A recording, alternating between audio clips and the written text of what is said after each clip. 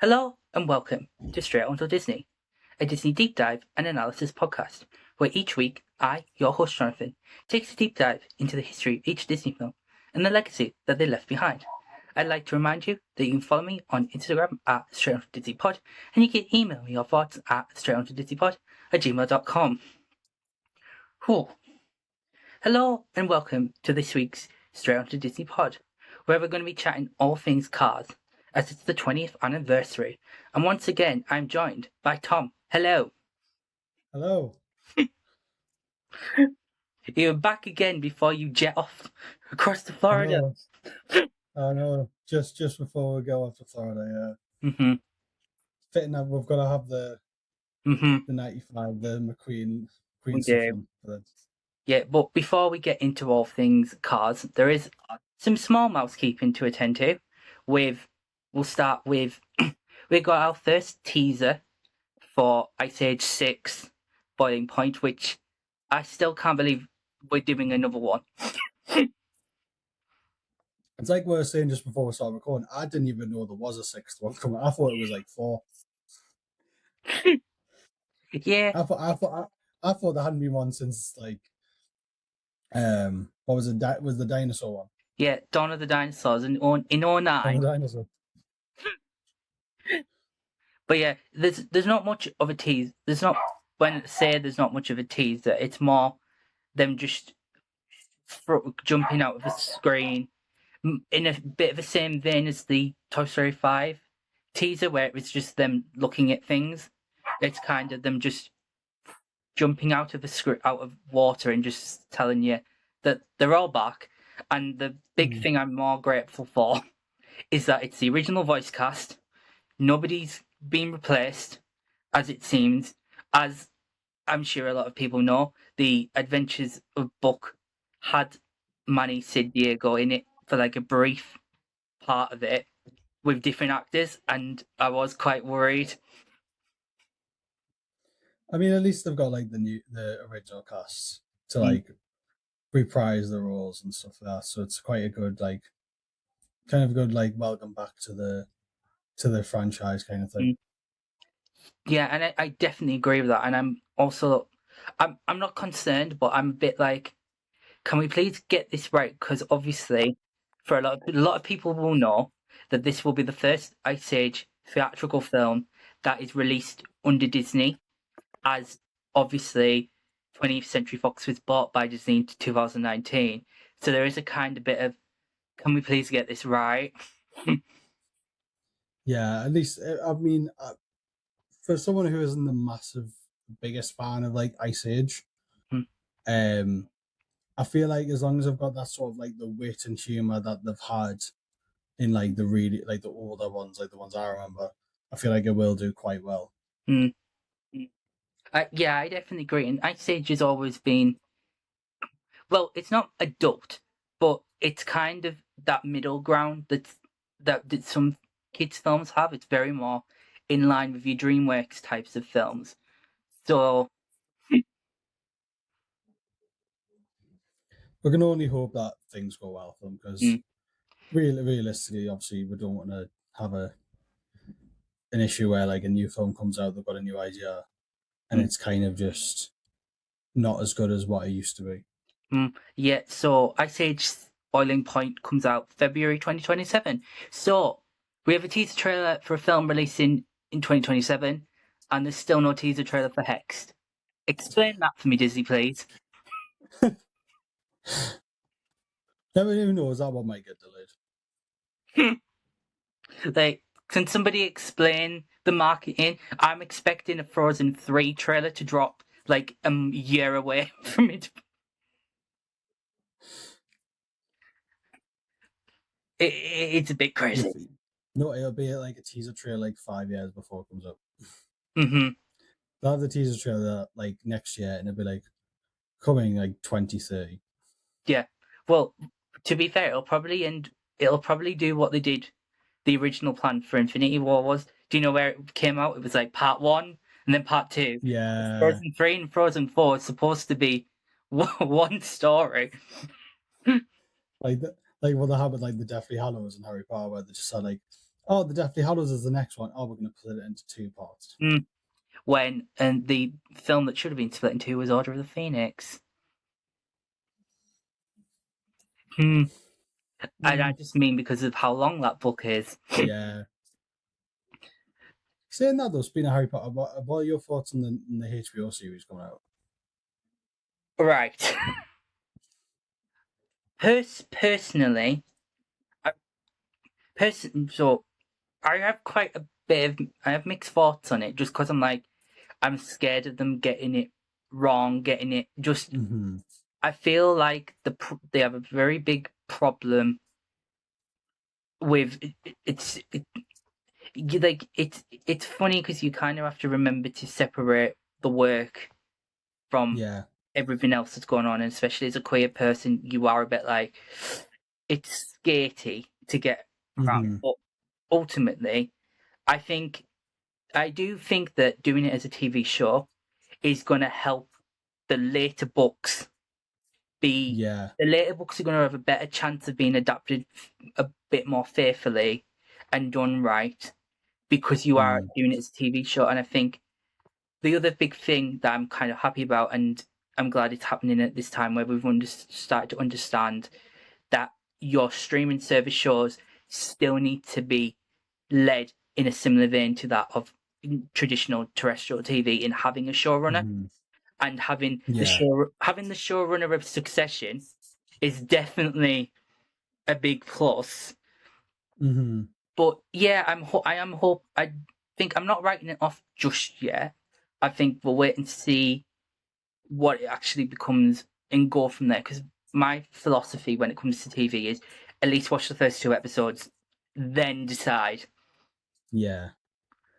I mean, as someone who's like probably similar to you, like grew up watching Harry Potter, loving Harry Potter.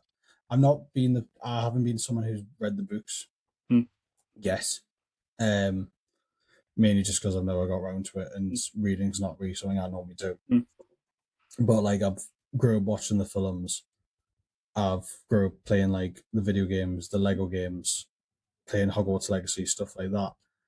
And I can understand if people are going to boycott it, mainly just because of the creator of the whole world, and her views on certain people.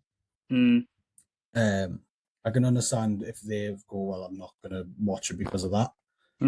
I get that, and I know a lot of people who are going to be doing that, and I also know a lot of people who are still loving Harry Potter for itself and kind of separating the art from the artist. Yeah. Mainly just because they have that much passion for Harry Potter in itself that like they kind of are going to be doing that. I mean, I'm kind of someone who is going to be doing the same kind of separating the art from the artist. I know some people might disagree with that and might be the one who might be saying, well, I'm not going to support Harry Potter anymore. And that's something that's entirely like personal and like fair enough in your decision. Yeah, But someone who's grew up loving Harry Potter, it's something I've still got to kind of. I might as well give it like a good watch to see what it's going to be like as well, in the sense of like, obviously not as reading the books, but I know a little bit about like certain characters that weren't in the films that were quite interesting that they had to leave out because they didn't have time and stuff like that. Especially for the later books like the Order of the Phoenix, the Deathly Hallows, and stuff like that. It's going to be interesting to see these extra sort of stories being brought in that we never got to see in the films. Yeah, for definite.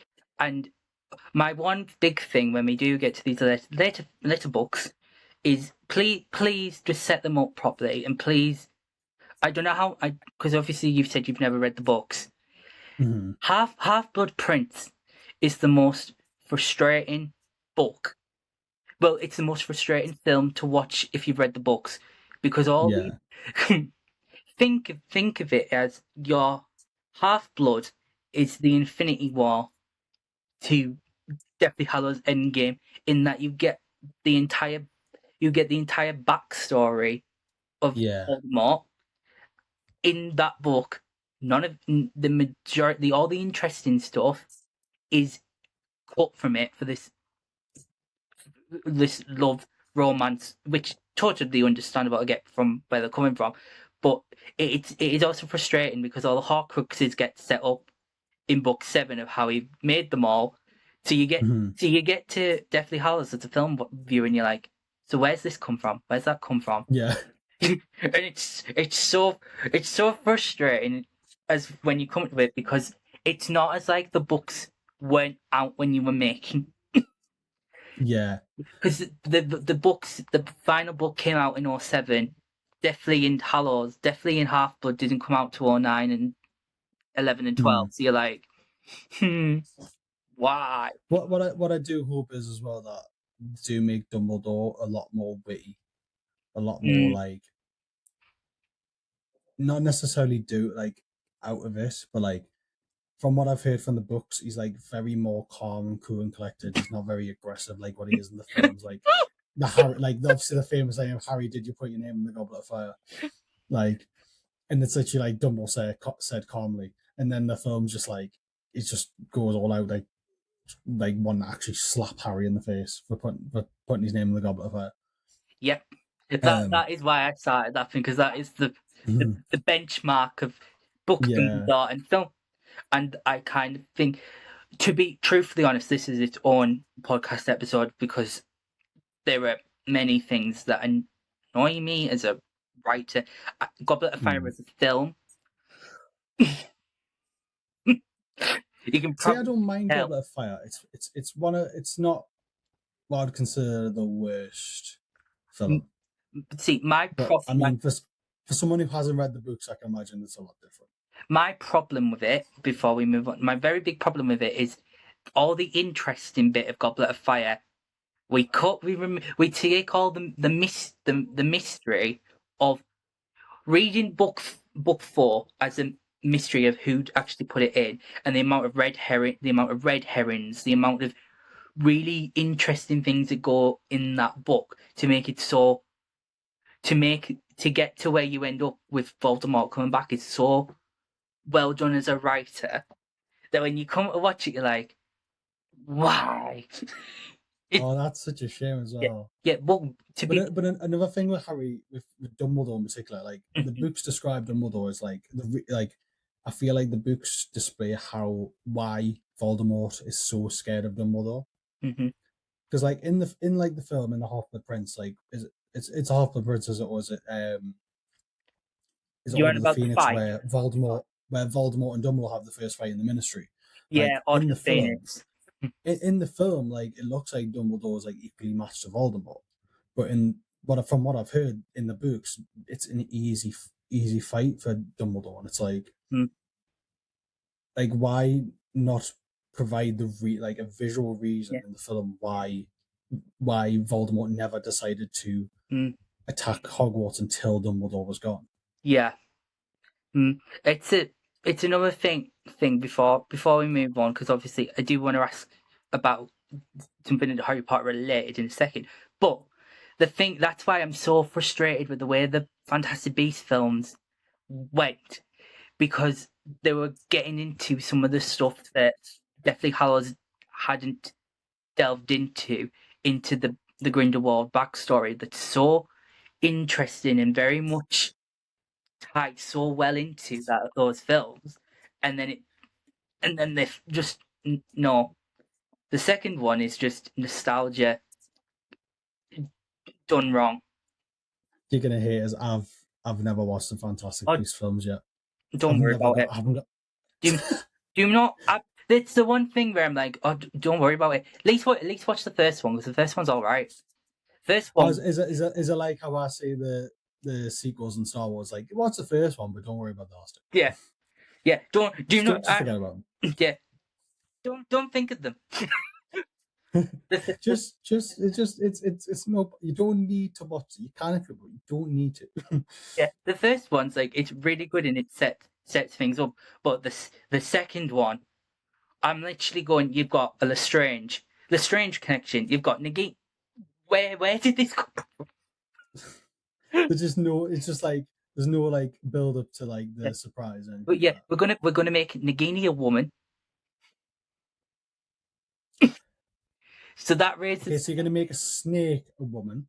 Yeah. So this. I never knew Nagini could shapeshift. Yeah.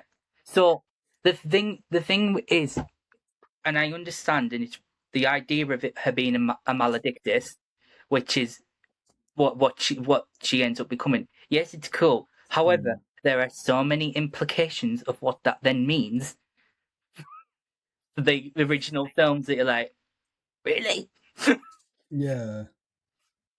Because I always thought just Nagini was just a snake. Yeah, there's That so many. Voldemort could just control. Yeah, there's so many implications because obviously none of this is in the film. But he meets Nagini. He meets Nagini in Albania when he's hiding out from the first wizard in war. There's so much Okay. But yeah, there's a lot that goes into that bit because that's where he meets Professor Quirrell, gets on the back of his head when he's out there in the deformed form, which you don't see, which is what I'm like. And this is why I'm like, actually, do it in the TV. Please do it in the TV show because actually, there's so much more interesting depth. And another thing, because obviously you've not read the book, so I can say so. But not episode 7. Another massive big part of book 6 that's missing and so interesting is the book opens with our world. So do you know when the bridge blows up in?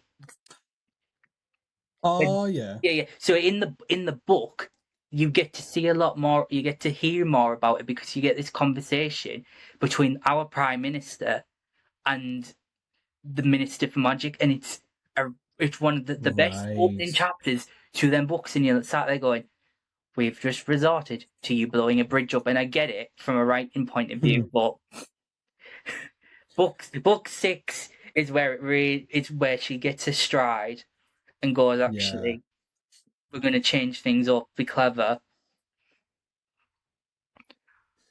What I'm hoping is because obviously they can't. They're gonna have to make like a different score to the John Williams score, which is gonna be difficult to replace. However, I do because it's gonna be hard bringing John Williams back because he's far too old to be composing for, especially for how long the series is probably going to be on for. But what they could do is they could bring in a great composer, who's done like really successful, even ones who've done like composing for like Avengers films and stuff like that.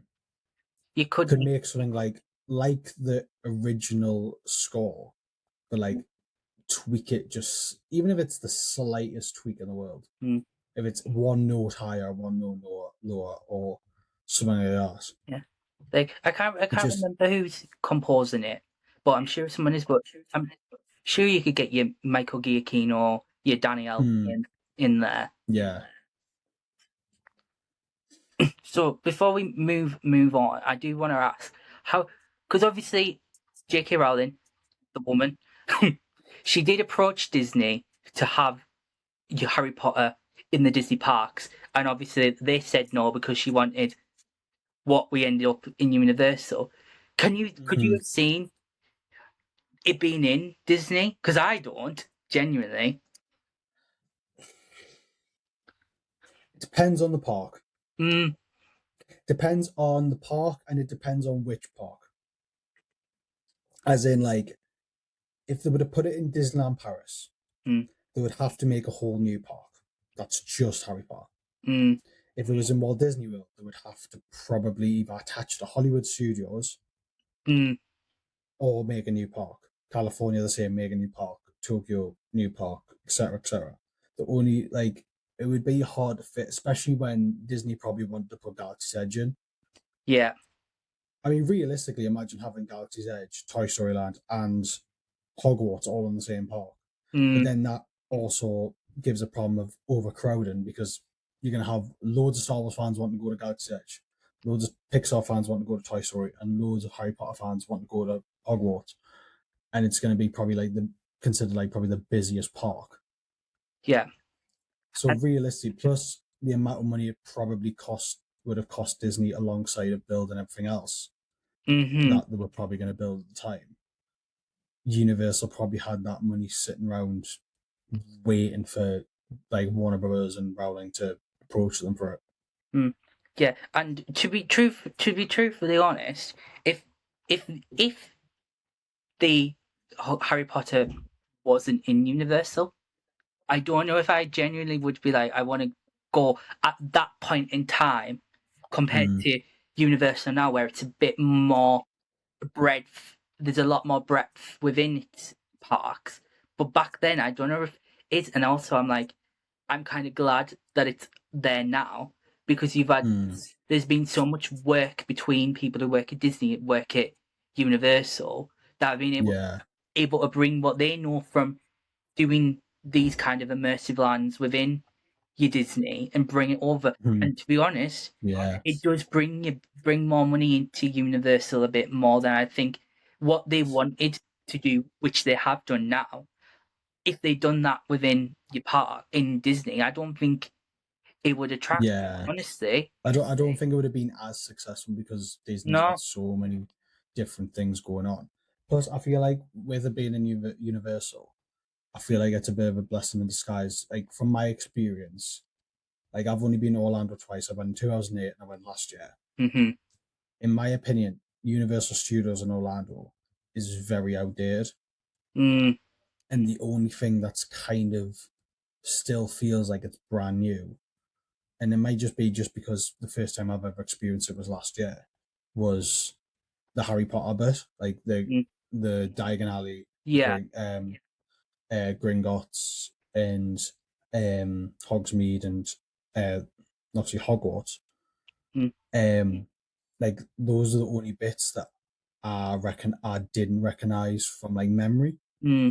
Because obviously they had the Simpsons ride, they had the Men in Black ride, they had ET, they had still tons and tons of stuff that they've either shuffled and moved around or gotten rid of, from what I remember.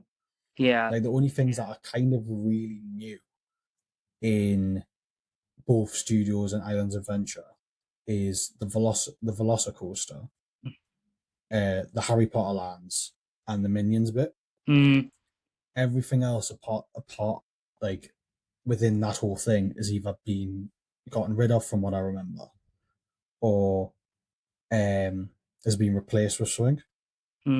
Or it's still there, like for example, like the Spider-Man ride, the Men in Black ride, Transformers, stuff like that. That's all still there, but it feels really outdated. Yeah, and it's quite unfortunate. I do agree. And I think, and we discussed this on the on the Universal versus Disney episode of Disdebate, is that side of Universal has there's so many screen rides that I think there needs to be something new, and I do think that's why the Harry Potter side of things works so well over there, because there's a mix of it. And let's be honest, the Hogwarts queue to get into Journey is its own ride itself. It was quite a shame actually, because when I went to go ride the ride, it was a 5-minute queue. So I never actually got to experience the queue fully.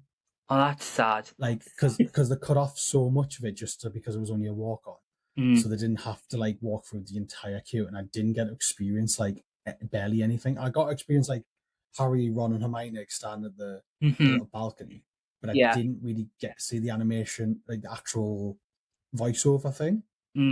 I got just seeing them standing there because it was like in between the voice and over and stuff like that. Yeah, I do love it, and I do think that you wouldn't have that if it wasn't in Disney, and vice versa, to be honest. Because from my memory, Universal to me is, for islands, was Hogsmeade, your Harry Potter ride. There was the Dragons ride that's now gone, the original Hippogriff ride that's now Hagrid's. Okay. Yeah, Islands to me was more your shopping side, and the not Minions, because Minions is studio side. The Studios, yeah. The Dr. Seuss land is the Dr. Seuss land still there. Memory of Islands, whereas Studios is Simpsons Land Men in Black, your Transformers, the Marvel land that's now been rumoured has been rumoured for the last few years to be going anywhere because the contract is running out, and I kind of hope so because then that means we can get more Marvel rides across. Might be even able to get like an Avengers campus in studios as well. I think that's certainly something that could be on the prowl. And then obviously now we have the new Epic side, where I genuinely, if I'm truthfully honest, did I need another Harry Potter section? Yes. I'm so glad there's the Ministry there. But because it's based around Fantastic Beasts, I'm a bit like, really? Yeah, I mean, I didn't get to experience Epic Universe because when we went last year, it was literally the week before Epic Universe opened. I was gonna go this year for like a day, but like the day ticket was so expensive. I didn't feel like it was. I didn't feel like it was worth the money that I was getting for it, just because of how much it was. Plus, plus I was thinking if I'm gonna go on my own, because Lauren and her mum's going with us. They didn't want to do Universal, so I'd be going Epic on my own. Yeah. And then what's the chances of being stuck in a queue for most of the day? Not having a chance of experiencing everything that's in the park, kind of thing. Yeah. It's quite a shame because like every IP in Epic Universe, I love. Like I love Mario, like Frankenstein, stuff like that. Harry Potter, How to Train a Dragon. It's fantastic. But if you're going on your own and you don't have the ability to just buy every lightning lane kind of thing, it's quite a struggle to be able to experience it the way I can imagine Universal will want you to. Yeah, I do agree, and I do think there needs to be something in there because obviously I'm expecting them to announce at some point Simpsons Land gone because it's on the cards. They've not updated them screens in that ride. No, it like when I went on it because that was one of the rides I had such a fond memory of, and then when me and Lauren went on it, we got on the ride and I was like, God, you can tell this is a really old ride. Like you could immediately, as soon as the screens switched on, you could just tell immediately that there's been no update since I was last on it in 2008. Yeah, and I think the only real thing that brings in people to Simpsons Land a lot of the time that I've seen now is those carnival type ride, like the booths outside. So you could easily do something with them somewhere else or retheme it because it's time. It's had its day. I mean, I can't imagine them bothering to refurbish anything to do with Simpsons. The fact that now Disney owns Simpsons, and most likely Disney will want to make something use of the Simpsons in one of their parks, probably Hollywood Studios or maybe even Epcot, because obviously with how many things are in Hollywood Studios, it might be feeling a bit crammed. Unless we get a fifth park. Yeah, that's a good shout to be fair. Because if we do get a fifth park, then we'd probably have the Avengers campus. We'd probably have the Simpsons land. We'd probably have. I'm trying to think of other things that Disney now own. That's not already in park. Yeah, because they've got Simpsons. Ice Age. Have Ice. It could potentially make an Ice Age little land with that. I'm trying to think else other stuff that's 20th Century Fox. There's Rio. That would probably be more Animal Kingdom. That Yeah. If they were to make a real thing, it'd probably be more Animal Kingdom. Yeah. Well, I kind of expect Ice Age to get park stuff soon because, and I say that because they're in Disney Magic Kingdoms and they've made like attractions based around the film. So I'm like, this feels like it's gonna happen. Yeah. Like, we've got an Ice Age stuff before we've got more Pocahontas content, so. Yeah, that even if they've done like a Mulan ride, Mm, I've always vouched for like something to do with Mulan. Like even if like it's like a show or like mm, a little ride or something like that, it just I feel like the story of Mulan is so good, and the fact that they haven't managed to make any of it yet. mm, It's like I just want something. But then again, I think it was in March when we were on the Cars road trip ride. mm-hmm. There was a little truck that you could see just before you go into the canyon bit. It's a little truck, and on the back of it, it said the Mushu Project. Ooh. So either that may have just been stuff for the fireworks show because it's got like Mulan and stuff like that in it, Mm-hmm. or they might be like making like a meet and greet and stuff like that potentially. Mm. But who knows? That could even mean bigger and better things for Mulan, I guess.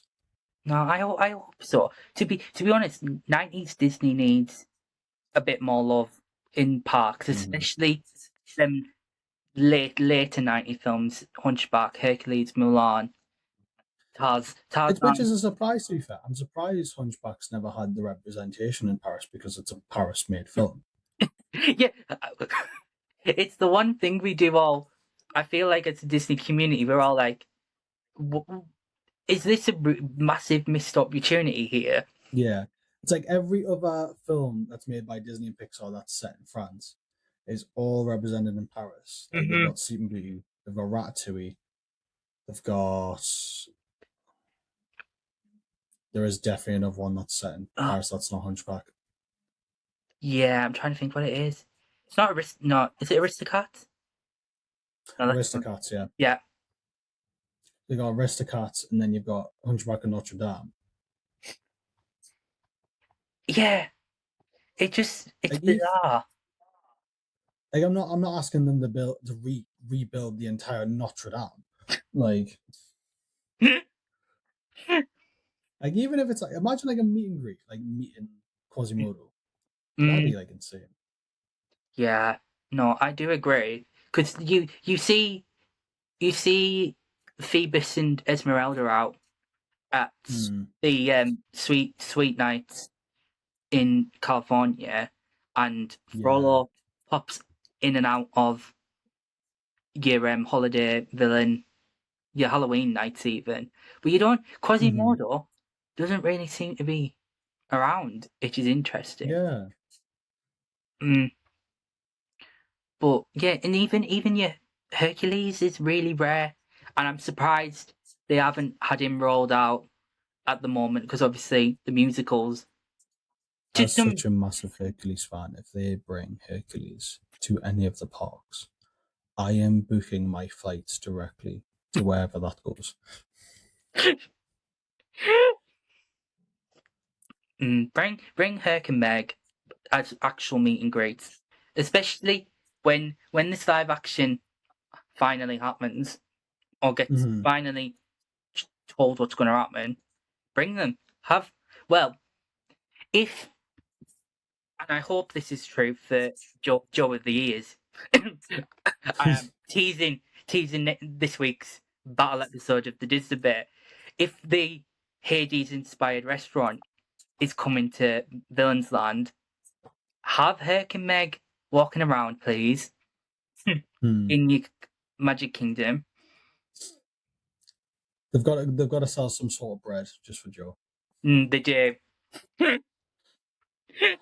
It's one. Especially, It's one little passion that man has, and I love it for him. He just loves bread. yeah, and it has to be in Soaring. Yeah. in But no, I genuinely do think that, and obviously that leads nicely into the fact that Piston Peaks, Monsters Inc., which we'll get to in a second, because we've went on a very long tangent, but it's for what we're actually really here to talk about. We've not mentioned, but we're just going to run through everything. So Villains Land, moving along. Piston Peaks, as you've said, you can start seeing over from Thunder Mountain. Yeah, because now with Thunder Mountain reopening in Magic Kingdom, you can see. Mm. To be fair, the construction that you can see, it looks like they've got the track ready. Mm-hmm. If it's going to be like a track that's like, by the looks of it, it's weird. I don't know if it's going to be more like the Kilimanjaro Safari, Oh, where okay. it's someone driving it, or it's going to be a bit like Dinosaur,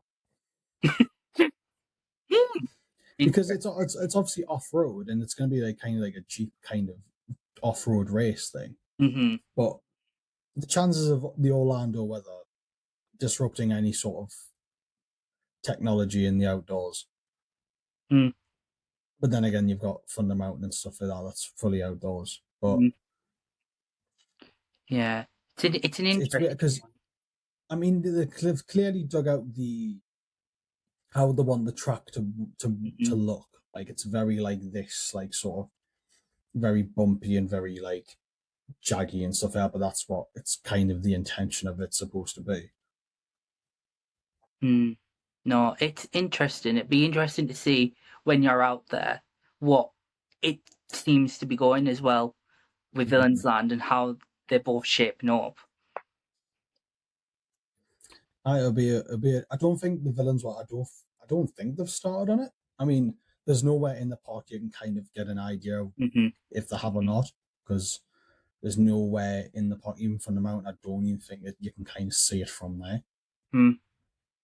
No, I think the only bit of building that I know from what I've seen online through Walt Disney World News Today and stuff like that is they've started behind the back of Haunted Mansion and just that seems to be they seem to be refurbishing that side of things before they start going Yeah, behind it. I'm glad that Haunted Mansion's getting a bit of like even if it's like a new lick of paint, like it's quite nice to see that still like the rides that made these parks what they are still getting looked after a bit. Like your Thunder Mountains and stuff like that. No, I do agree. And obviously, the other, moving over Hollywood Studios, we have a little bit of info that I'm finding really interesting with the Monstropolis land, is that it seems to be the storyline for how Monsters Inc. is opening up the world to monsters is through Human Day. And it's an acronym that I cannot remember. What would be really interesting as well is, do you know how like the entrance to like Galaxy Edge is kind of like a tunnel? Mm-hmm. It's like a cave tunnel you walk through. I wonder if they're just gonna like. I know it sounds stupid when I'm saying this out loud, but if they were to do this, they'd kind of do it in a way that makes sense. But just make the entrance just a massive door, Yeah. or at least like the barriers that you enter in is like painted and coated like a door. Mm-hmm. Yes.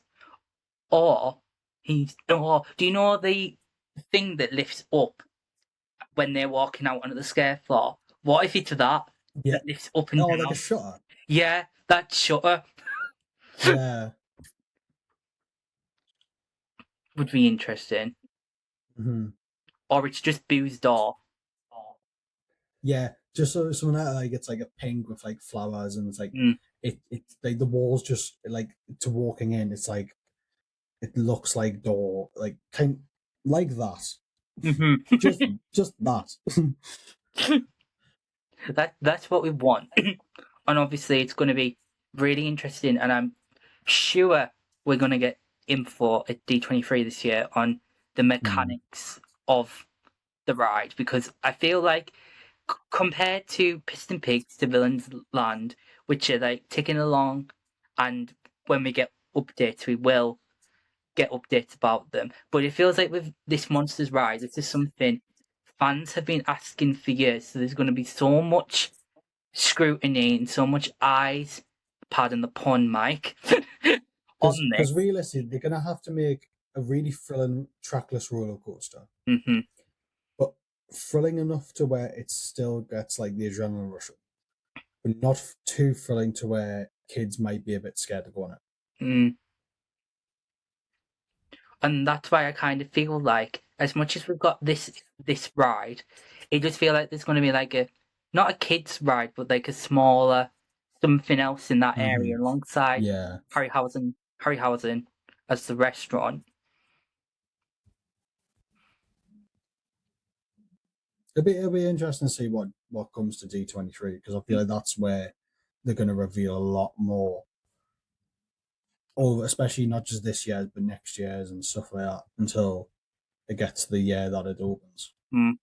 Yeah, I do feel like this D23 feels like the biggest D23 that in terms of news for everything. That I feel like this is the biggest one we've had since year 2017 when they announced Star Wars launch, the Galaxy's Edge, Toy Story Land. Because if you think about it in terms of where the parks are at the moment, you're gonna have updates on Villains Land, Cars, Piss and Pigs, Monsters.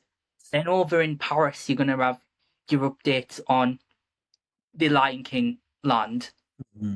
California's going to have updates and them confirming whether or not they're replacing Avatar, because it's now getting suggested it's not going to be Avatar there. So I feel like this year is going to be one of the biggest park updates years in a very long time. It's going to be so interesting. Yeah. Then who knows? They might announce what's going on the opposite side of Lion King in Paris as well. That's a good shout. And I think a very good place to wrap up this very long mousekeeping this week is is that this weekend has marked 5 years of Avengers Campus, and to celebrate, they have rolled out every character that has appeared in them parks in Avengers Campus since it started. So you've had so many characters that are very rare out and about. And obviously Scarlet Witch has been out, so I've been looking for clues.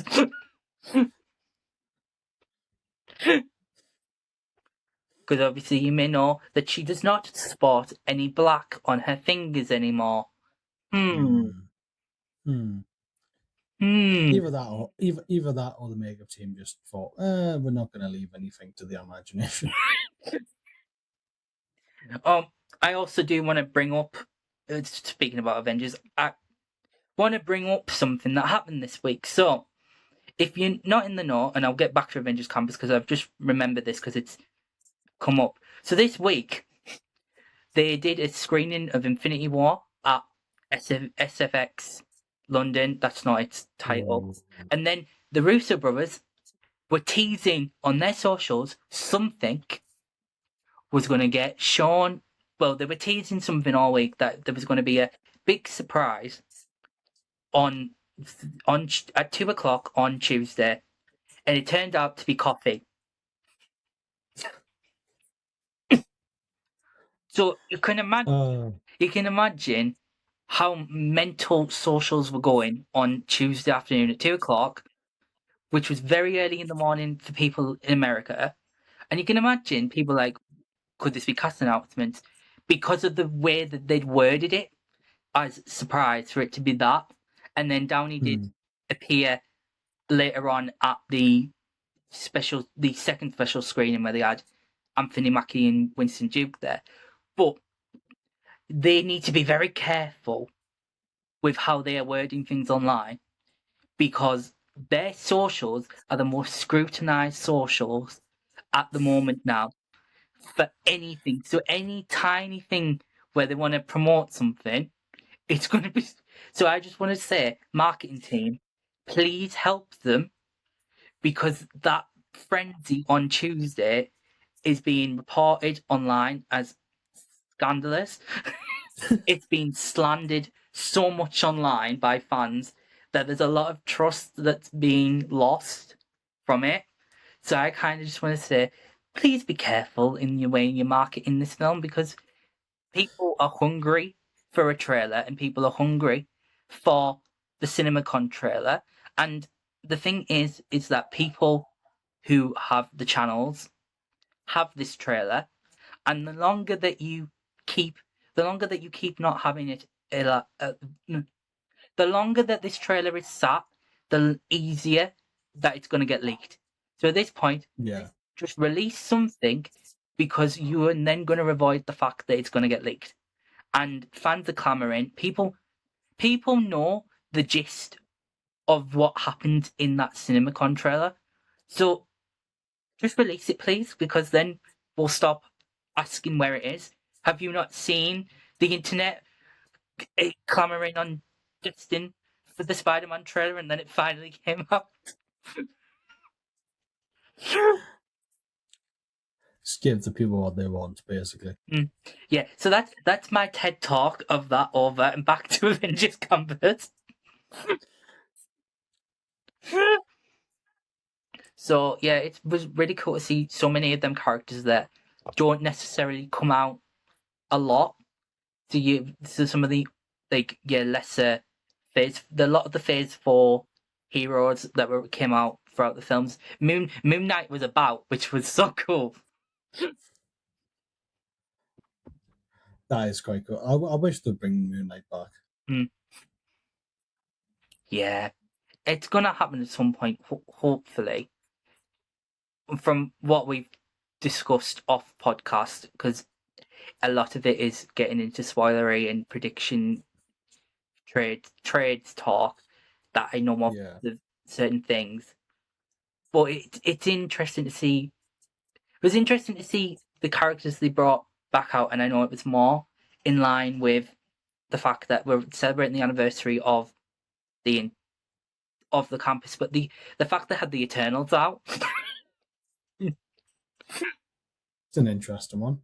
Yeah, so the Eternals were out. Moon Knight was out. They had all the Marvels out. Obviously, a lot of these characters were put in the parks when the shows and films were out. So you can understand why some certain characters probably won't be about for a while. But it was cool to see that this entire park was so populated. From what I've seen, it looks really, really cool. Mm-hmm.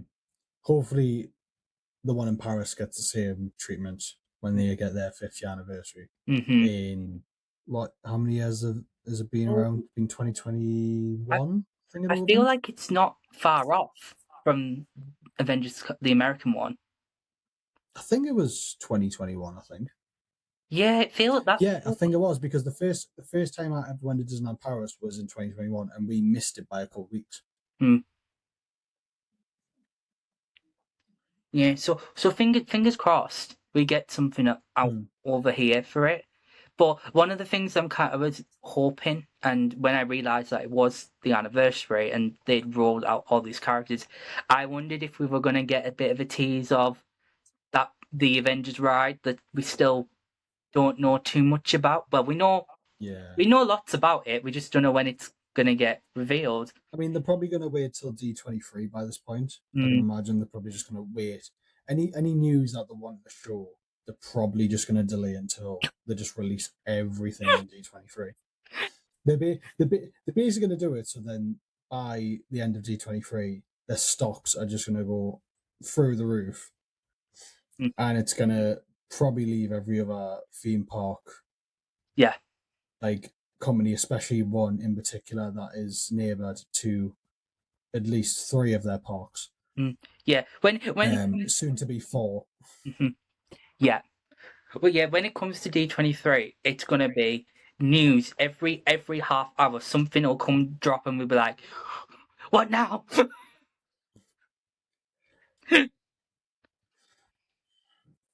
Because that's how it felt in 2024, the last D23, 2024, when Monsters Land got announced every half an hour. It was like, yeah, we've got something else.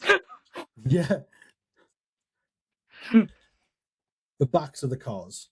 Yes, we're now going to dive into cars and chat about our histories of cars. So that is the end of mousekeeping, and I think, as I said, this might be probably the longest mousekeeping you've ever had. Yeah, I don't have a sting made for mousekeeping. That's gonna change tomorrow. I've never needed a sting for it because it's usually whoop whoop, quick quick.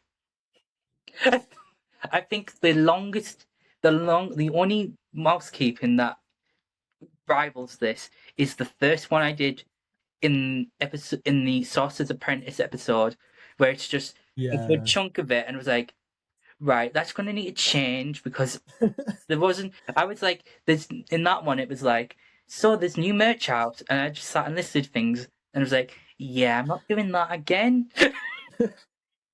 Only when new news is out, and I think before we do go to cards, because I've just remembered this, the temple building in Indiana Jones ride has started progressing inside. No, another bit. Speaking of merch, Mm-hmm. for the last bit of mousekeeping, I don't know if you know of it, but it's very famous in the Asian parks. Mm-hmm. Duffy and Friends. It's now made its way to Walt Disney World, Mm-hmm. and now it's now made its way to Disneyland Paris.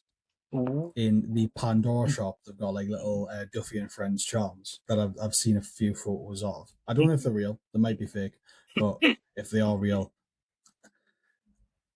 best to know when I go in September. I'll probably be buying a few for Laura. They're there. That's nice because we never normally have Asian Park news because there's not really ever too much that I can find on Walt Disney World News today. Plus, Duffy and Friends is like like over there. It's like considered just as big as Mickey Mouse. Mm. Like it's like Mickey Mouse is like Disney's mascot, but then Duffy and Friends is kind of like their own mascot just for them. It's like how popular they are over there. It's like literally, it's like massive over there, and I'm so glad that other parks are getting that sort of like Mm-hmm. ability to like promote it as well. Yeah, it's beginning, and that ends mousekeeping. Unless there's anything else you'd like to bring to the table. Actually, no. Is this episode going to rival the magical moments episode that is the longest? Oh, absolutely, it absolutely will. Yeah, it's your magical moments and Sleeping Beauty are the longest episodes on the channel. I love how two of them involve me. Yeah, yeah. The Sleeping Beauty episode is 3 minutes. Is 5 minutes longer than yours, and that's just because of the production history. Yeah, Because there's that much of it, and Sleeping Beauty is the turning point of how Disney. It's a benchmark for where Disney started with the parks and started. yeah.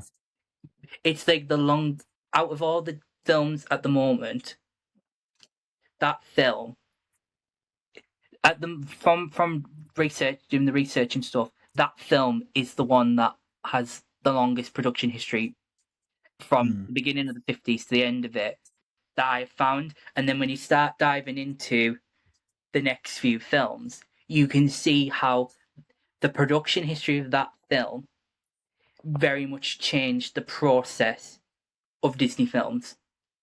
Which God forbid when you get the production history of like Infinity War and Endgame. see So that the production history on its own just be about 3 hours long. yeah, like yeah, the cast of Endgame will be its entire section. Because at the moment it's just like a few people that then you can see were part of these films for a few times, and then when it gets to like the films that we grew up with now, where it's going to be, and this person was in it, this person, this. God forbid the Secret Wars cast. Oh God. That will have to be its own episode. Plus, when it comes to the newer films, how many people are involved in making the film? Mm-hmm. As what nowadays compared to like what it used to be. Yeah, that's going to be really interesting to dive into. And there's people that I'm like, I don't know if I can talk about you. for reasons.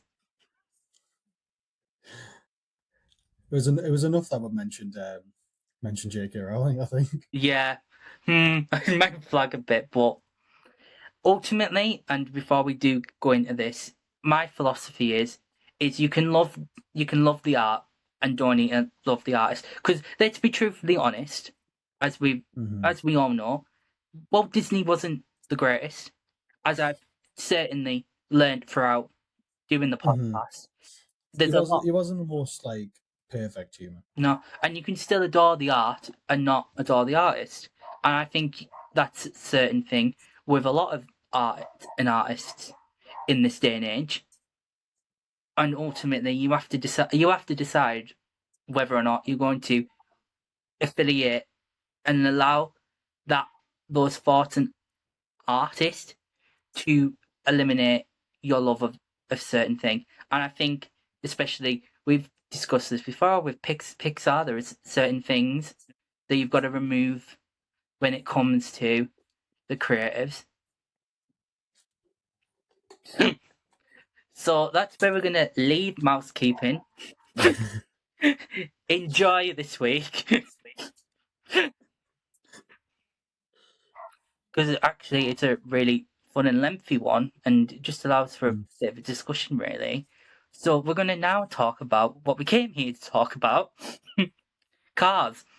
You wouldn't know it. Yeah, you wouldn't have guessed it, considering we didn't even, the funny thing is we didn't even plan this. We just ended up both wearing cars t-shirts for the whole. We really didn't. No, we promise you, this wasn't planned. This was not coordinated. This t-shirt is new as well. It's only a month old. Because I got it for when I went to the Mundo in London. I was like, I'm gonna Cars bound.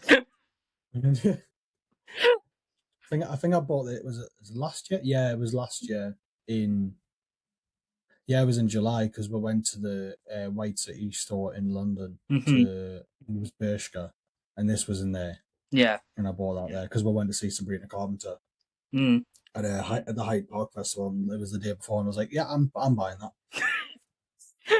Yeah. Growing up, I had a lot of Cars t-shirts that I cannot wear now. They do not fit.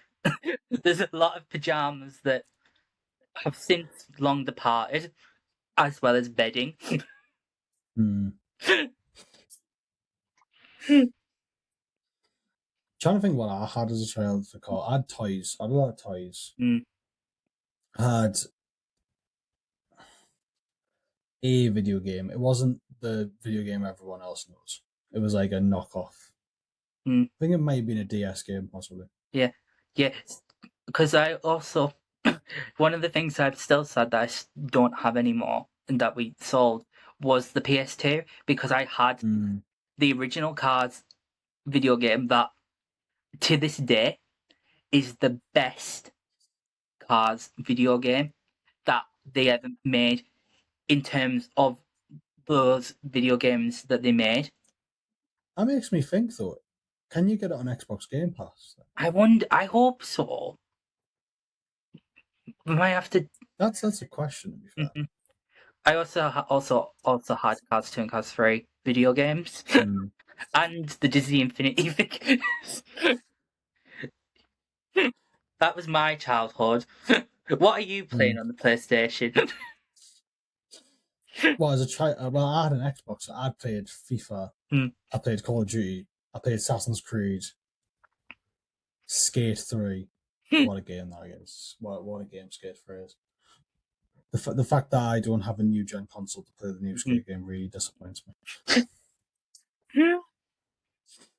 Oh, but yeah, obviously, then I also had Cars 2 DS and the original Cars DVDs, which is why I'm so glad that when you open the ones I have on my shelf up there, they are the original DVDs. So it is a bit nostalgic when you open the sleeve up and it is the original cover that was on shelves. It's quite funny because when I had Cars 1 on DVD, It was. Should I say that it was pirated? I mean, it wasn't bought from like HMV. Just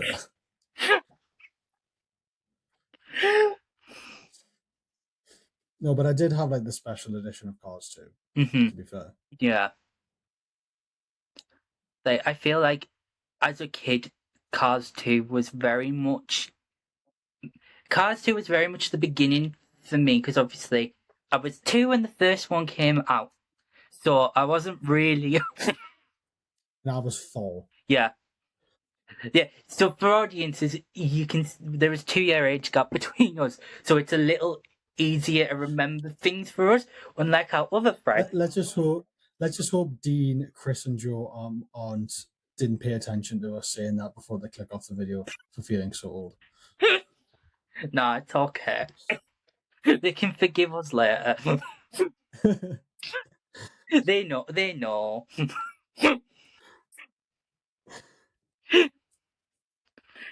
No, it's funny because they do put stuff in the chat for you like, yeah, I cannot relate here. Yeah. It's like It was really funny when in March, because obviously it was me, Lauren, Magic King Dan, yeah, Louis Loves Films, Geordie Stark and yeah, Jay, Geordie's wife. And they were just like, oh, like how old everyone? Like, and Geordie, Dan, and Jay were like, oh, 36. And then it was like me, Lauren, and Louis was like, because Lauren's 23 and me and Louise are 24. It was like, you're little infants compared to us. yeah. You're like, it's okay, everyone. Don't be panic. We are the youth. We are the ones that are gonna keep this community.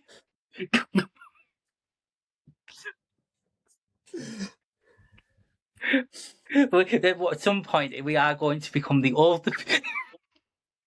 At some point, we're going to become the ancient ones. Yeah, because at the moment, I am the youngest in the big community chat. Yeah. Like, oh yeah, you are, aren't you? Yeah. Jesus Christ. Yeah, I'm the youngest. It's just so funny. It's funny, and this is no offense, but people are like, we thought you were 27. No. Who, you? Yeah. When I have my beard on, I'm like, yeah, it's a lot. I feel a lot older. But so why do you think I keep this? If I didn't have this, I would look 12. Like, yeah. So about that. To be fair, I feel much older, but I'm not. I'm young. I feel ancient. Yeah. Like, my knees, my back, my hips, I might as well be called Frederick. Oh no, this is going to be a fun one for everyone to listen to. What? What happened here? Well, I'll tell you what happened. Well, we're basically called the rest of the community old. It's just funnier for us because we'll get to. It's funnier for us because we get to these films now that were our childhood, and you're like, yeah, they're 20-year-old now, and like as we were saying before we started, Cars 2 is 15 in 3 weeks' time, which is crazy. Cars 3 is like 5 years old next year. Well, Cars 3 is 10 next year. 10 next year. Jesus Christ. Yeah. 2017 was Cars 3. Like it's gonna be mental that like eventually there's gonna be a bunch of people in the community that's like, oh, Toy Story 5. Yeah, I remember that from my childhood, and I'm gonna be like, for God's sake. Yeah, back in our days, it was Toy Story 3. Back in our days, we had Stinky Pete. Toy Story 2. Yeah. Back in our days, we had video games where they'd bring characters that weren't in the film into it as DLC. We had things called cheat codes where we didn't have to buy everything. Yeah. We could just put a random code in. You can put a code in, and it'll give you this character. And I do think, as we move back towards cars, because we seriously cannot talk about it this week. Why we jumped on? But no, like in terms of cars, like realistically, like it's brought such an iconic presence to not just Disney, not but Pixar as well. Like obviously Pixar is the creator of Cars, but the creative geniuses who made that film, Mm-hmm. like even just like the opening score of Cars, like Mm-hmm. where he's Yeah. talking to himself and then he opens the hatch door and he's like all the cameras on him, like he looks around, just that little bit of animation there, it's like you know it's going to be a fantastic film because of that. Mm-hmm. Oh, I agree. That opening defined the generation, and I think one of the things that Cars has kind of an edge on to a degree to the other Pixar films. Cars' soundtrack, the first film soundtrack, is something else, and that's Mm-hmm. not a bad. It's not a bad thing for the other Pixar films that don't really have that kind of soundtrack where it's multiple songs throughout its film. Like, for example, The Incredibles, it's just that incredible score, and that's what sets Yeah, that film apart. It's not your Randy Newman.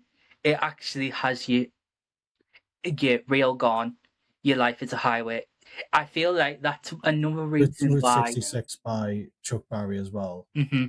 and then you've got all these other like 50s and 60s Hmm. songs in there and stuff like that. It's like mainly like the 50 songs, And then like it Find really Yourself sets the again. tone and fits the theme of the whole film Mm. and the atmosphere of it.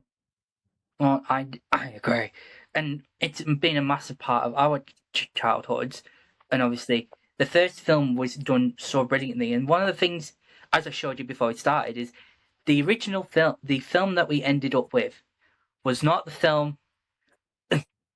The designs of these characters went through so many changes, which I find so fascinating, and I'm sure I'll put some photos on the Instagram that I found of those original looks of Lightning McQueen, Chick Hicks.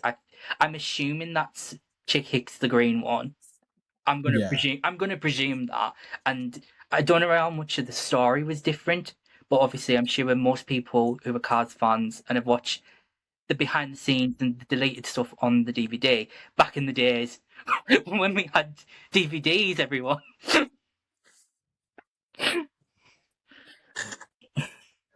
none of this like Netflix, Disney Plus, Amazon No. subscriptions. You know, we had to literally go to a like People, a an yeah, actual DVD store and buy the physical disc. yeah. When the film was over and you wanted to rewatch things, you'd go on to disc two and see all the bonus features and the little games that. I wish they would bring that to the like subscription services where Mm, like all like the little special features and stuff would be included and stuff like that. mm. No, I 100% agree with that. Just put them in the extras bit because your younger Mm. viewers, you don't understand and don't get to see that anymore. And it's a bit sad where it's like, we had this beautiful time when you'd have these. And like some of the deleted stuff that I'm really fascinated, and obviously I'm sure a lot of people know within Cars, and maybe some of the more Disney broader fans probably don't know that McQueen was meant to be turned into Bessie at one point. It was quite horrific.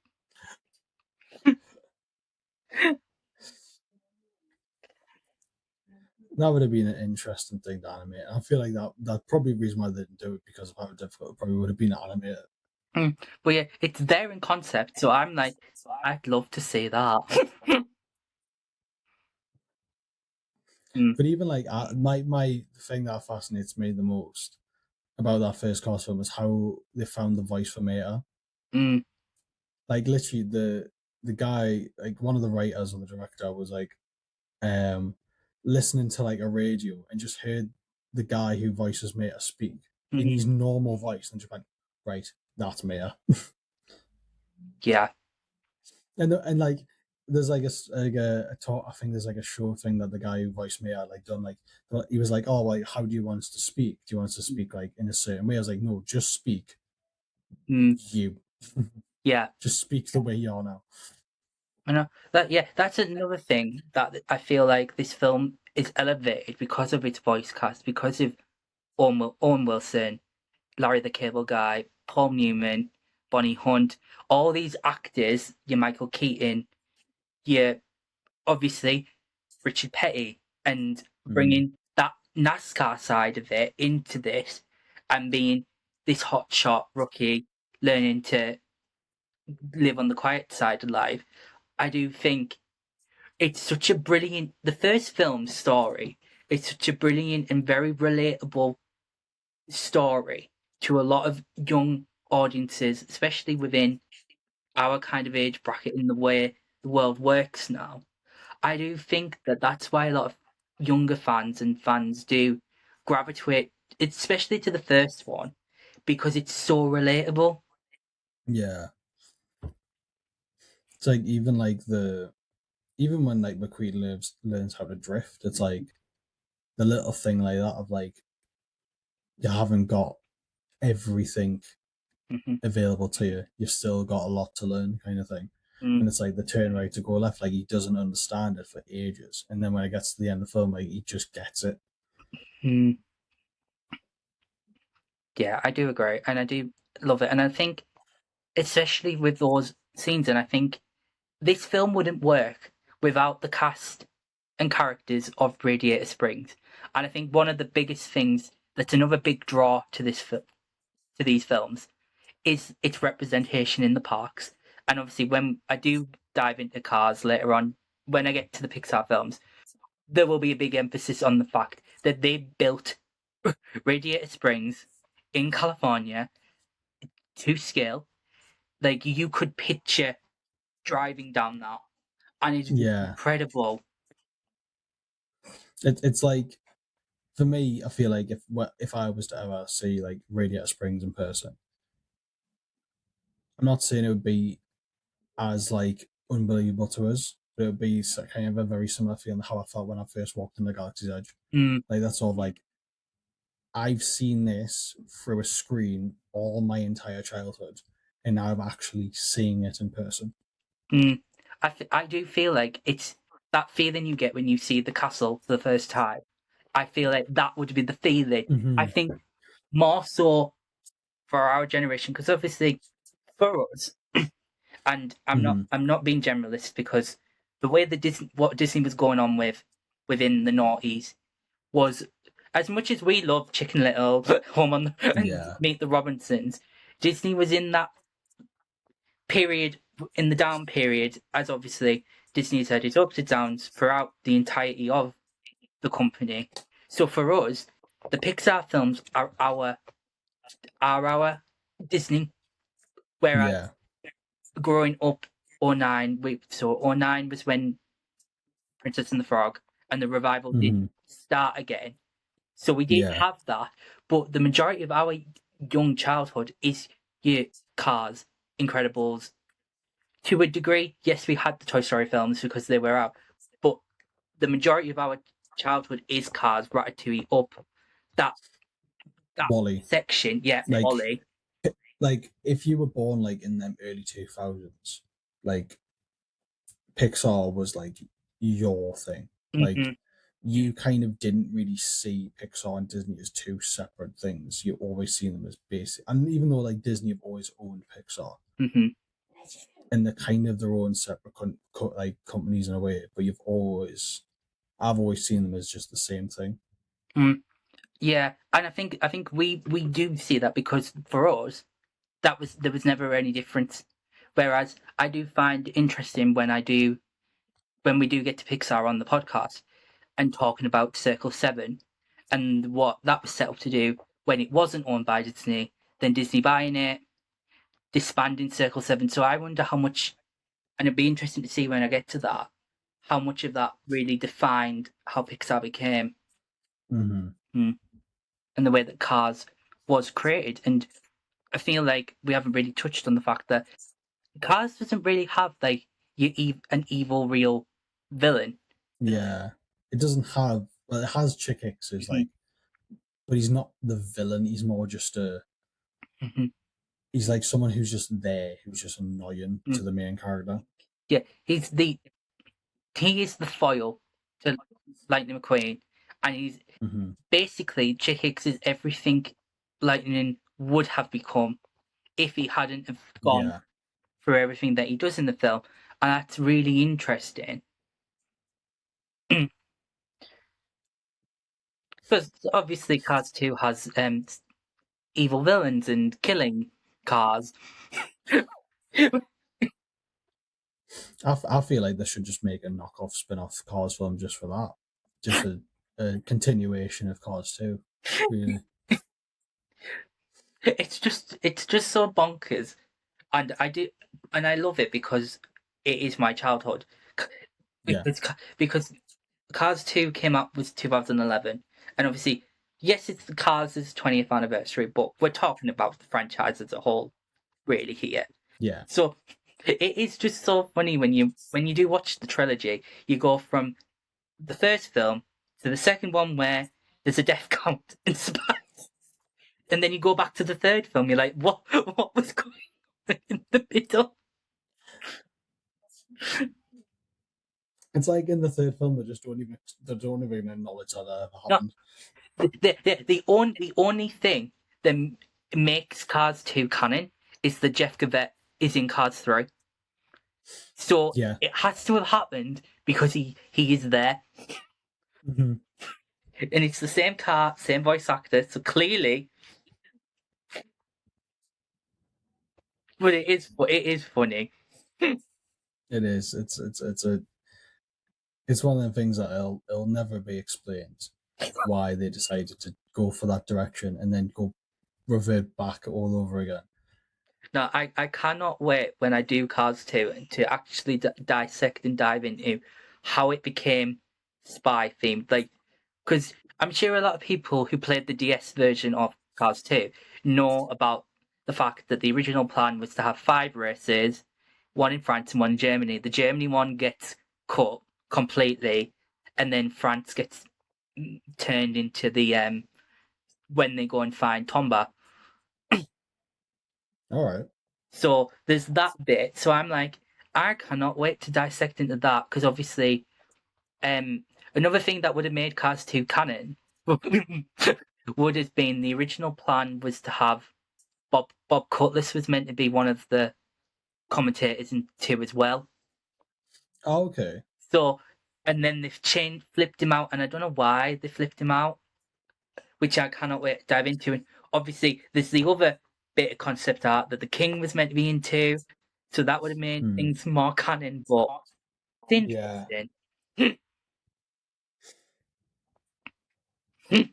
That'll probably be a very interesting one when you go to deep dive into that. Mainly because they obviously did have the concept of I want to make Cars 2 a Grand Prix setting, but they probably originally thought, well, that's not enough to not enough material to say, yeah, we can make this film. They probably had to add, oh, but there's spies, and they probably went, okay, now I'm interested. Yeah. It's like, who at Pixar went, we're going to do this. This is what I want. Some genius, that's it. Yeah. But we can't really talk about Cars without the fact that Cars as a brand is one of Pixar's best and most successful Pixar brands. And it kind of, to a degree, does rival Toy Story in that aspect with how it's done. But I think one of the biggest parts of why Cars is such massive is the die casts. I feel like in terms of Pixar, nothing will ever be as important to them as Toy Story will, just because Toy Story is the first thing that really kicked off their company. But I do feel like the likes of Cars, Wally, Up are still cherished among some of the best work they've ever done. Mainly Cars and Toy Story. No, I do agree, and I do think that we're now starting to see with your Monsters Inc. getting a third film, your Incredibles 3 happening. There's that opportunity to further flesh them out to be a bit more of your benchmarks. within that. Yeah. But for a long time, it was Toy Story and Cars that were leading the charge of we've got more than one sequel. Mm-hmm. Like, it kind of proves like this is how Pixar work. They don't make sequels of things unless they know it's people are going to want to see it more. Mm-hmm. Yeah, and I do. Like this is why we're up to the 5th Toy Story, just because it's that popular Mm-hmm. and that iconic to Pixar that they're going to find ways to make another film about it, just because it's obviously you can tell that animators are so passionate about that project. Mm. Yeah, I do wonder, because obviously we've discussed on the podcast before that we feel that Cars 4 is imminent, and I do wonder, do you go down the spy route again? Do you go down the racing route? I wonder if it would be interesting to dive into the fact your electric cars are now something that there isn't now going to be any oil. See, I don't know. There's interesting routes if it Yeah. thought about. But the thing I have with it now is I feel like Cars as a brand is very much how many diecasts can we get out of this to a certain degree, because I do love the diecast and I do love the fact that even the most minute background character has a name, has an Yeah. artwork. It is one of the greatest things they've ever done. Like even like even like they've even got like a history of like every Piston Cup winner. Mm-hmm. Even though the only ones we know of are Doc, King, Chick, and McQueen, Mm-hmm. and Storm. Yeah. Yeah, we haven't even ventured into Cars 3 yet. Yeah. Like I feel like Cars 3 is like one of them films where it's like it's a good film, but like I feel like they play on McQueen's retirement so much throughout that film. Mm-hmm. And I feel like it should have been the case of like because when you see that first clip of him like spin and fail and crash, that kind of should have been like the start of the film. Yeah, I actually do agree. Mm-hmm. And to be fair, to be honest, I actually thought that was going to be the start of the film, Mm-hmm. because I remember where I was when that first teaser trailer came out, and Yeah. it's just him crashing, and you're like, what the Mm-hmm. what is gonna happen Like here? I feel like that clip should have been the beginning of the film, and then it jumps back to before the clip, and then it kind of plays out the same. Oh yeah, that would have been far more interesting. Like even though the film itself's great, but I feel like if they would have put that crash clip Mm. at the beginning as well as the time where it happened in the film, if they just put the same clip in twice, like just right at the beginning of the film, to set the tone of this is going to be like McQueen's retirement film. It's like setting the tone of like he's not going to be racing by the end of the film. Yeah, and then even by the end of the film, he's like, "Oh, I'm still gonna keep racing." Just Well, not what was the point now. in that? Yeah. So yeah, there's definitely, when we come to Cars, there's definitely been big highs, and there's definitely been some questionable decisions and routes that they've gone down. But as a whole, we do love this franchise, and Disney knows that, and we know Piston Peaks is around the corner, and we know there's probably a 4th film that ready to be announced. And Yeah. I just needed to have the right story. And ultimately, if they are going to do the Toy Story 5 take of it. It has to be a good enough story to warrant it. I mean, realistically, Disney are now obviously setting the tone of like, if it's not good enough, they're not going to do it. Like the Tangled sequel, they've already said it wasn't a good enough story to amount for a full-on film, so we're not going to bother doing it. And I feel like if they are going to do this Cars film, I feel like I have the certainty of that Disney are in the trust and knowledge of that the story is actually going to be worth people going to the cinemas for and actually watching. Mm-hmm. Yeah, I do agree, and I feel like even cinemas are understanding that now, and I know a lot of studios are understanding the way in which cinema goers work now, and the way that we're having to navigate that as an industry and navigate ways of doing these things. And you can't. There's so much money riding now on a lot of losses, and I feel like Disney's understood that from the last few years with certain things.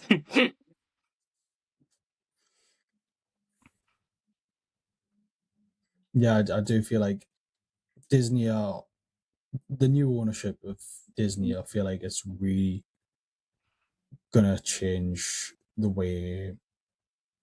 company's being run in the Mm-hmm. sense of like we're not just gonna settle for like this will do kind of attitude. Like more like that's not just Disney. It's the sense of like Pixar's got to step up, Marvel's got to step up, Star Wars has got to step up, Fox has got to 20th Century, Mm, etc. So every partnership and ownership of Disney is going to have to pull their own weight, yeah. No, I do agree. Yeah. Or Disney are just not going to help them. Mm. No, I do agree, and I do think that we're certainly in an interesting period for Disney as a company, and definitely Cars as a part of that future. And hopefully hopefully something I'd love to see is more of the cars in Cars Land. Hmm. I would love to see more because you've got Red out there and DJ for some reason. I just want to see Grigo and Luigi. Yeah, like you've got the animatronics in the ride. It would be cool Hmm. if you had them outside doing stuff. Even if it was like, even if you know, like on Main Street where they've got like the dentist and it's making the sound effect from behind the wall. Yeah. In the tire shop of like hearing like them like changing tires and stuff. Mm, yeah. I'd love that. I do hope we get to see some of that in some of the other parks as well, because Cars Hmm. is a Yeah, massive thing, and they know that young audiences gravitate towards that even now because it is still huge 20 years on. and it's a shame that Disneyland Paris doesn't have that sort of same thing. Mm, And it's like it has like this little ride where I feel like Cars in Paris should have a lot more than what it does. mm. Yeah, to be honest, I'm surprised they didn't make it spy themed, considering Paris. Yeah, that actually would make a lot of sense. Just have a small spy ride. With-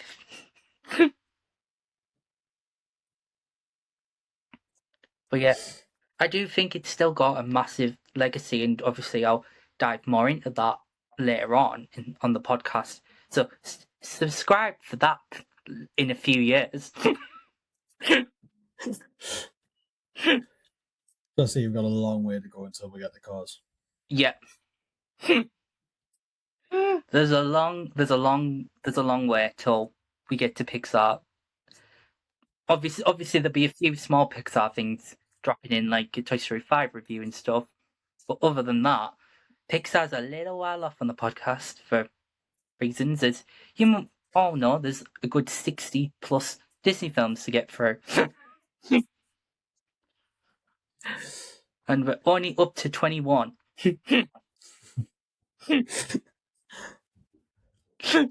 Where do you think you'll end up by the end of the year?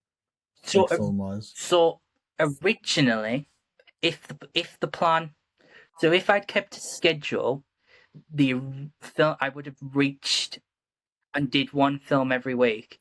We would have got to out Wreck It Ralph, Frozen. If I'd done one All right. because of breaks and having other parts of the podcast, Mm-hmm. I'm up to 101 Dalmatians. So and on my calendar we were looking around Little Mermaid at this time, so I'm fine with it. I've had breaks. I've had guests. I've had a prior. I've had guests and then just mainly me. No, I do have like people where I'm like, let me know when you're free. That's true. No, but I'm hoping second quarter will be a little busier, and obviously second quarter is going to be definitely busier because we've got San Diego Comic Con, D23, Spider-Man, the big one in December, Avengers. Yeah. Hext when it finally gets a trailer. When we eventually actually get anything from it. Yeah. The only thing we know is that Haley Steinfeld is the lead role. That's something. Yeah, like it's just crazy. We've got an Ice Age teaser trailer before that's not coming out till 2027.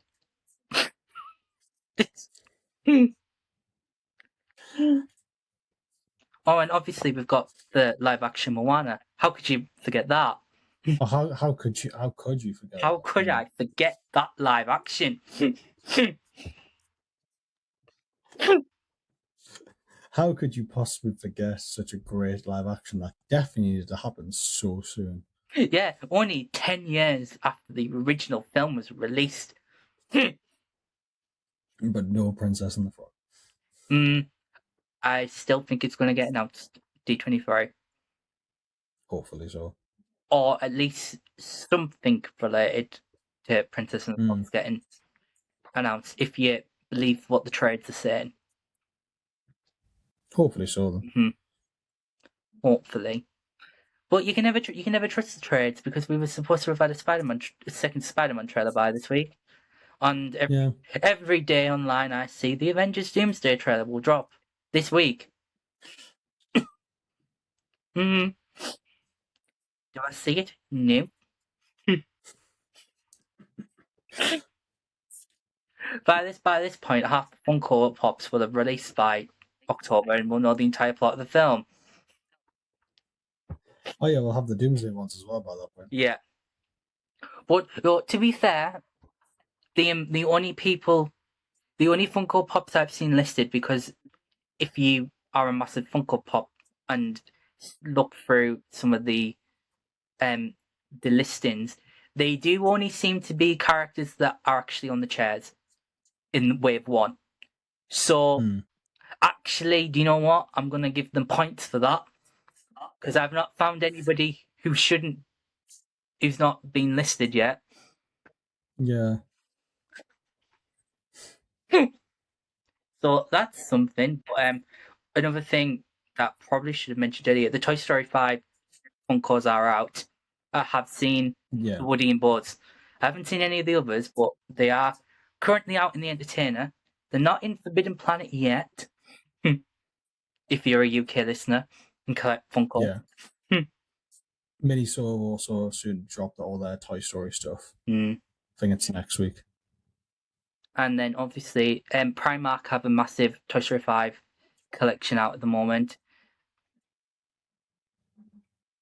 So yeah. So really, we haven't really discussed much. 20th anniversary. Happy 20th.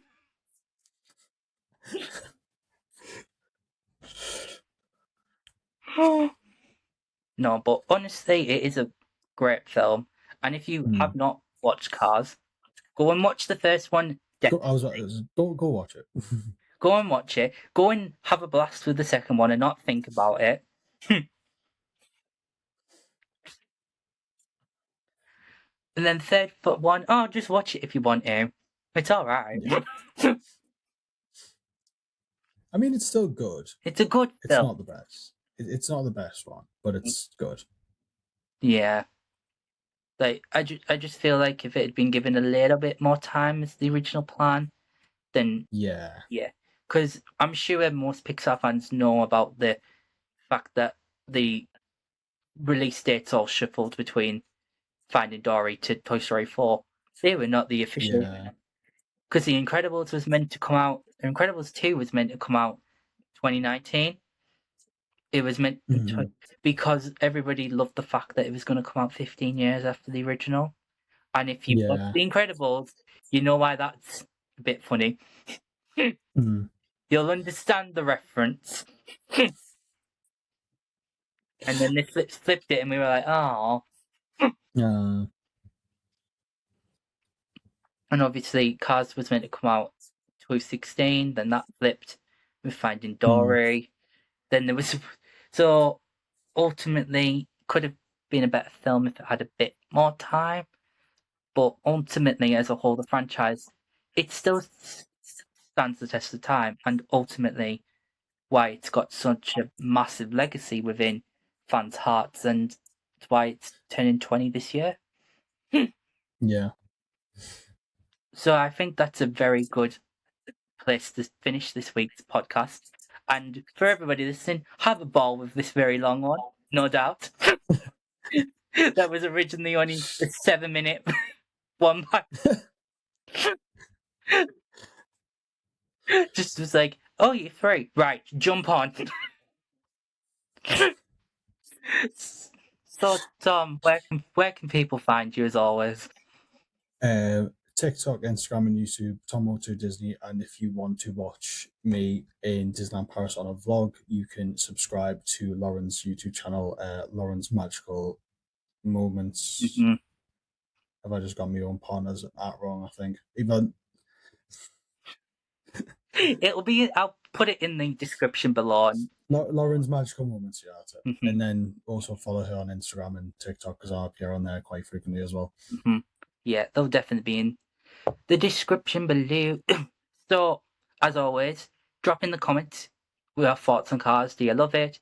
You're not a fan? Why not? Why aren't you? Why aren't you? What is it about it that you just don't get? And share all your thoughts across the socials as well. As always, you can follow me on Instagram at StraightOnToDisneyPod, and you can email me your thoughts at StraightOnToDisneyPod@gmail.com. Always follow or cross on Spotify as well. I believe you can follow on Apple as well at some point. I know the podcast is on Apple, so I just have to drop that in. And if you want to find out more, there is the link tree in the bio on Instagram. So, like and subscribe as always. Thank you all for listening, and bye.